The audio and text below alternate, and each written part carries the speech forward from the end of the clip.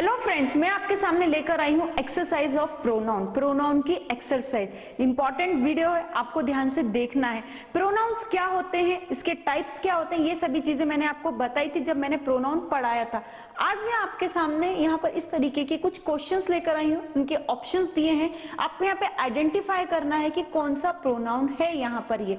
तो हम वीडियो को स्टार्ट करते हैं, और यदि अभी तक आपने हमारे चैनल को सब्सक्राइब नहीं किया है तो चैनल को सब्सक्राइब कीजिए ताकि आगे आने वाले वीडियो की नोटिफिकेशन आप तक पहुंच सके। Pronoun exercise. तो यहाँ पे फर्स्ट सेंटेंस जो है वो लिखा है, ours is a great country.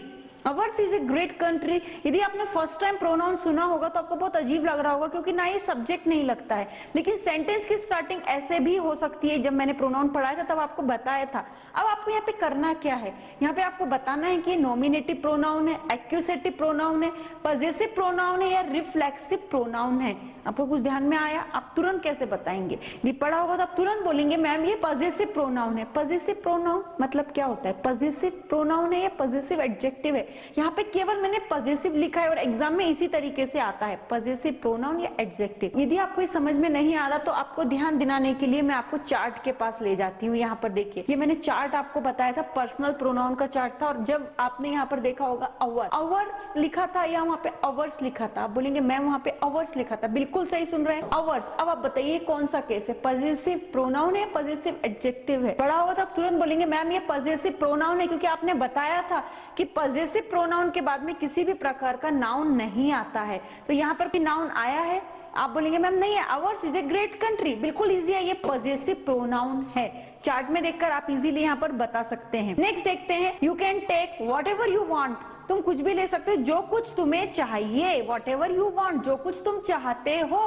अब यहाँ पर ये बताइए कि रिलेटिव प्रोनाउन है, कंपाउंड रिलेटिव प्रोनाउन है, एम्फेटिक कंपाउंड रिलेटिव प्रोनाउन है या पर्सनल प्रोनाउन है? अब आप मुझे बता सकते हैं यहाँ पे कौन सा प्रोनाउन है? आप बोलेंगे मैम ये थोड़ा सा डिफिकल्ट लग रहा है। डिफिकल्ट बिल्कुल नहीं है फ्रेंड, ये प्रोनाउन का कौन सा टाइप है आपको यदि मालूम है तो आप तुरंत बोलेंगे मैम ये है compound relative pronoun. Compound relative pronoun होते क्या है? इट मीन रिलेटिव प्रोनाउन में कुछ वर्ड्स को हम मिला देते हैं, और वो वर्ड्स क्या होते हैं? एवर होते हैं। एवर मतलब कैसे, आपको मैं बताती हूँ। यहाँ पे जब मैंने आपको ये टॉपिक पढ़ाना शुरू किया था प्रोनाउन का, तो बहुत सारे स्टूडेंट्स का कंफ्यूजन था कि कंपाउंड रिलेटिव प्रोनाउंस होते क्या हैं। तो मैंने ये चीज बहुत आपको डीपली पढ़ाई हुई है। आप यहाँ पर देख सकते हैं फ्रेंड्स, ये रिलेटिव प्रोनाउंस थे। इस तरीके से मैंने लिस्ट दी थी, और उसके बाद में मैंने आपको बताया था कि कंपाउंड रिलेटिव प्रोनाउंस होते क्या हैं। तो देखिए यहाँ पे compound relative pronoun, whoever, whichever, whatever, wherever, whenever, ये कैसे बनते हैं ये भी मैंने आपको आगे बताया था, एक्सरसाइज भी दी थी। आज तो नहीं बताऊंगी क्योंकि सामने क्विज लेकर आए हैं। तो आप इस तरीके से उस पेज पर जाकर के भी देख सकते हैं कि कंपाउंड रिलेटिव प्रोनाउन होते क्या है, मैंने आपको बताया है। अब यहाँ पर देखिए वॉट एवर, वॉट के साथ में एवर लग गया इसलिए कंपाउंड रिलेटिव प्रोनाउन है। क्लियर? आगे देख लीजिए, Ram is a boy, he is clever. Ram लड़का है, वह होशियार है। इन दोनों को यदि हमें ज्वाइंट करना है, ज्वाइंट करने के लिए तो यहाँ पर हम क्या यूज करेंगे? चलिए वो दूर की बात है, हम यहाँ पर पहले देखेंगे यहाँ पर ही क्या है। ही यहाँ पर कौन सा प्रोनाउन है? रिलेटिव प्रोनाउन है, पर्सनल प्रोनाउन है, एम्फेटिक प्रोनाउन है या पजेसिव प्रोनाउन है? क्योंकि अभी तक ही आपके लिए प्रोनाउन था, अभी टाइप्स में कौन सा टाइप है आपको थोड़ा सा टाइम लगेगा, लेकिन पर्सनल प्रोनाउन है। क्यों है?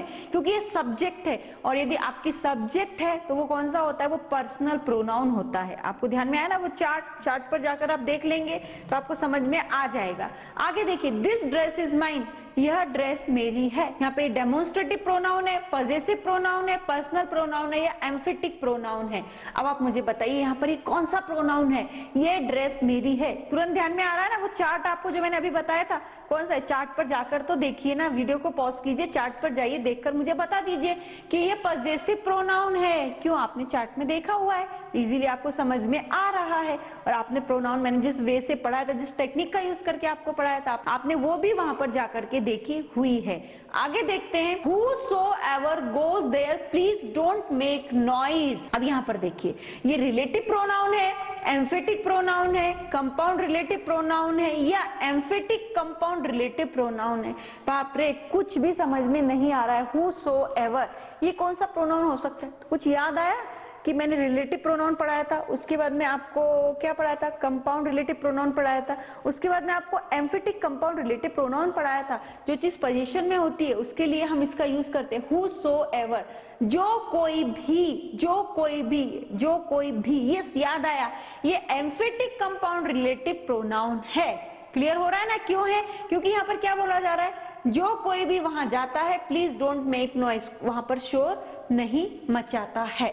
ओके, जो कोई भी, यहाँ पे प्रेशर दिया जा रहा है जो कोई, लेकिन जो कोई भी, सो के कारण यहाँ पर प्रेशर क्रिएट हो रहा है। आगे देखते हैं, yours is a beautiful house, yours is a beautiful house. तो यहाँ पर आपको बताना है कि योर्स कौन सा टाइप है, इंटरोगेटिव, रिफ्लेक्सिव, पर्सनल या एम्फेटिक। अब आप मुझे बताइए यहाँ पर ये कौन सा टाइप है, yours is a beautiful house. देखा, कुछ ध्यान में आ रहा है आपको ये कौन सा टाइप है, yours is a beautiful house. यहाँ पर आपको इतने सारे योर्स दिखाई दे रहे हैं, आप किस योर्स पे जाना पसंद करेंगे, ये वाला योर्स या ये वाला? तो वहां पर इज आ रहा है तो आपके लिए ये वाला योर्स है, और ये कौन सा है, पॉजेसिव केस है।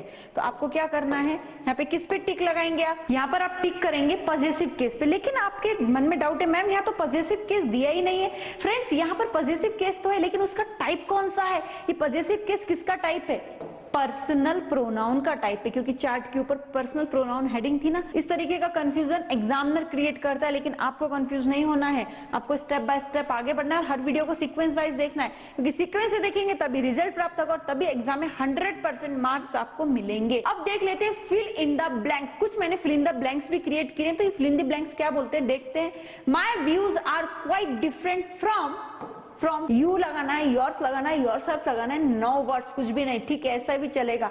तो my views are quite different from yours, तुमसे मेरा व्यू बिल्कुल डिफरेंट है। यहाँ पर यू क्यों नहीं आ सकता, नहीं आ सकता क्योंकि सब्जेक्ट है, यू कभी सब्जेक्ट है, इसलिए उसकी स्टार्टिंग में आना चाहिए। योरसेल्फ नहीं आ सकता क्योंकि रिफ्लेक्सिव प्रोनाउन है और ये इस तरीके से नहीं आता है। यहाँ पे योर्स आएगा, क्यों आएगा, क्योंकि इसके बाद में हमें किसी भी तरीके की नाउन की जरूरत नहीं पड़ती है। आगे देखते हैं, they enjoyed during the vacation. Okay, they enjoyed themselves, नहीं, देमसेल्फ तो कभी नहीं होता है, देमसेल्व्स होता है, क्योंकि दे क्या है, दे है third person plural number, plural number के लिए हम सेल्फ्स का यूज करते हैं। देमसेल्व्स, हाँ ये ठीक है, ये होगा। आगे क्या है, देयर, देयर बिल्कुल नहीं होगा, नो वर्ड्स, तो ये देमसेल्व्स होगा। कैसे हमने पहचाना, they enjoyed themselves during the vacation, वे वेकेशन खुद ही एंजॉय करते हैं। ये कौन सा है, आपको ध्यान आया ना।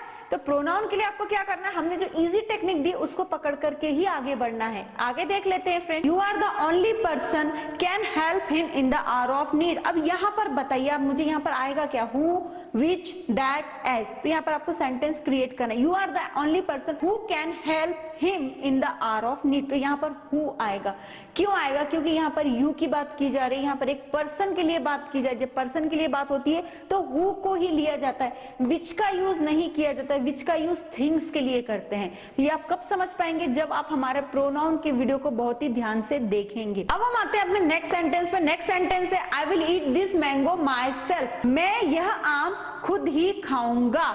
ओके, अब यहाँ पे बताइए, मैं यह आम खुद ही खाऊंगा, रिफ्लेक्सिव है कि इंटेंसिव है? रिफ्लेक्सिव का मतलब क्या होता है, जो हमारी रिफ्लेक्शन को शो करता है। तो जब मैंने आपको ये रिफ्लेक्सिव प्रोनाउन पढ़ाया था तो मैंने बताया था कि वो कैसे होता है, उसको समझ कैसे सकते हैं। तो ये सेंटेंस रिफ्लेक्सिव प्रोनाउन का होगा, इंटेंसिव का नहीं होगा। नेक्स्ट देखिए, I myself will eat this mango. अब यहाँ पर माई सेल्फ क्या है, माई सेल्फ रिफ्लेक्सिव प्रोनाउन है या इंटेंसिव प्रोनाउन है? मैं खुद ही यह आम खाऊंगा, यहाँ पे इंटेंशन किया जा रहा है कि मैं खुद ही कर सकता हूं। इट मींस ये कौन सा होगा, इंटेंसिव प्रोनाउन होगा। तो दोनों सेंटेंसेस मैंने एक से लिखे हैं, लेकिन माई सेल्फ इसमें लास्ट में लिखा है और इसमें पहले लिखा है। इंटेंसिव प्रोनाउन हमेशा सब्जेक्ट के तुरंत बाद आता है और जो रिफ्लेक्सिव प्रोनाउन है वो लास्ट में आता है। आप इस तरीके से भी समझ सकते हैं। आगे देखिए, there is a boy who is very clever. Okay, अब यहाँ पर आप मुझे बताइए हु क्या है, यहाँ पे WH क्वेश्चन है, रिलेटिव प्रोनाउन है। आप क्या करेंगे, तुरंत WH क्वेश्चन पे टिक कर देंगे, लेकिन नहीं करना है फ्रेंड्स, ये रिलेटिव प्रोनाउन है। क्यों, क्योंकि देयर इज अ बॉय ये एक सेंटेंस है, ही इज वेरी क्लेवर ये एक सेंटेंस है, इन दोनों को जोड़ने का काम हु कर रहा है, इसलिए ये रिलेटिव प्रोनाउन होगा। क्लियर हो रहा है ना, और समझ में आ भी रहा होगा। फ्रेंड्स, ये जो क्विज होते हैं बहुत ही इंपॉर्टेंट होते हैं, हमारी जो नॉलेज होती है ना उसको और भी ज्यादा बढ़ाने की कोशिश करते हैं, क्योंकि क्या होता है जब हम क्विज देखते हैं तो हम पढ़ने की कोशिश करते हैं। तो इसी के कारण मैं आपके लिए ऐसी क्विज लेकर आई हूँ। हर ग्रामर के आइटम्स के बाद में आपको ये क्विज मिलेंगी, ताकि ताकि आप ग्रामर को पढ़ सकें। और जो आपको अभी तक बहुत टफ लगता है ना ग्रामर का टॉपिक, मैंने ऐसा ठान लिया है कि मैं आपको वो समझा कर ही रहूंगी। और इसके लिए आपको क्या करना पड़ेगा, मेरे साथ में आपको कोऑपरेट करना पड़ेगा। जिस तरीके से मैं आपको बोलती हूँ, जैसे मैं आपको समझाती हूँ, आपको सेम वैसे ही फॉलो करते हुए हमें आगे बढ़ना होगा। और सीक्वेंस वाइज हमारे हर वीडियो को देखना होगा, चाहे वो ग्रामर का हो चाहे वो हमारे स्पोकन का हो। किसी भी चीज को सीक्वेंस वाइज देखते हैं ना तो आपको वो चीज अच्छे से समझ में आती है। तो ग्रामर के लिए भी यही चीज फॉलो होती है। यदि आप सीक्वेंस से देखेंगे तो आपको तुरंत समझ में आ जाएगी। यदि आप सीक्वेंस से हमारे हर वीडियो को देखना चाहते हैं तो प्लीज हमारे ऐप को इंस्टॉल कर सकते हैं, लिंक नीचे डिस्क्रिप्शन बॉक्स में देख सकते हैं। और फ्रेंड्स, एक बार इंस्टॉलेशन के बाद में वहां पे आपको दो टाइप के डिफरेंट कोर्सेज मिलेंगे। एक है हमारे A to Z grammar with writing skill का, और दूसरा है हमारे 60 to 90 डेज का spoken English along with 4 books course. दोनों ही कोर्स अलग है, बहुत ही अच्छे हैं। एक कोर्स जहां आपको ग्रामर का कोर्स जहां एग्जाम ओरिएंटेड कोर्स है, और दूसरा हमारा स्पोकन का कोर्स जहां पर आपको बोलना सिखाएगा। और फ्रेंड, इन फ्यूचर आप हमसे ऑनलाइन क्लासेस के माध्यम से भी जुड़ सकते हैं, लेकिन इसके लिए आपको हमारे प्री रिकॉर्डेड वीडियोस देखने होंगे जो हमने अपने एप्लीकेशन में बहुत कम कीमत में आपके लिए रखी, ताकि जब भी आप हमसे एनरोल आपको रिजल्ट प्राप्त हो सके। और फ्रेंड्स, आप हमसे किड्स स्पोकन क्लासेस और किड्स ग्रामर क्लासेस के लिए भी कांटेक्ट कर सकते हैं। हमारी टेक्निक, हमारी मेथड बिल्कुल अलग है, बिल्कुल यूनिक है।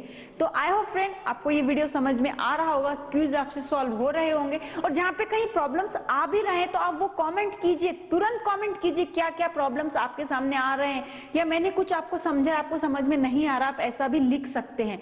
एट लास्ट फ्रेंड्स, क्विज देखते रहिए, स्टेप बाय स्टेप आगे बढ़ते रहिए। Thank you very much.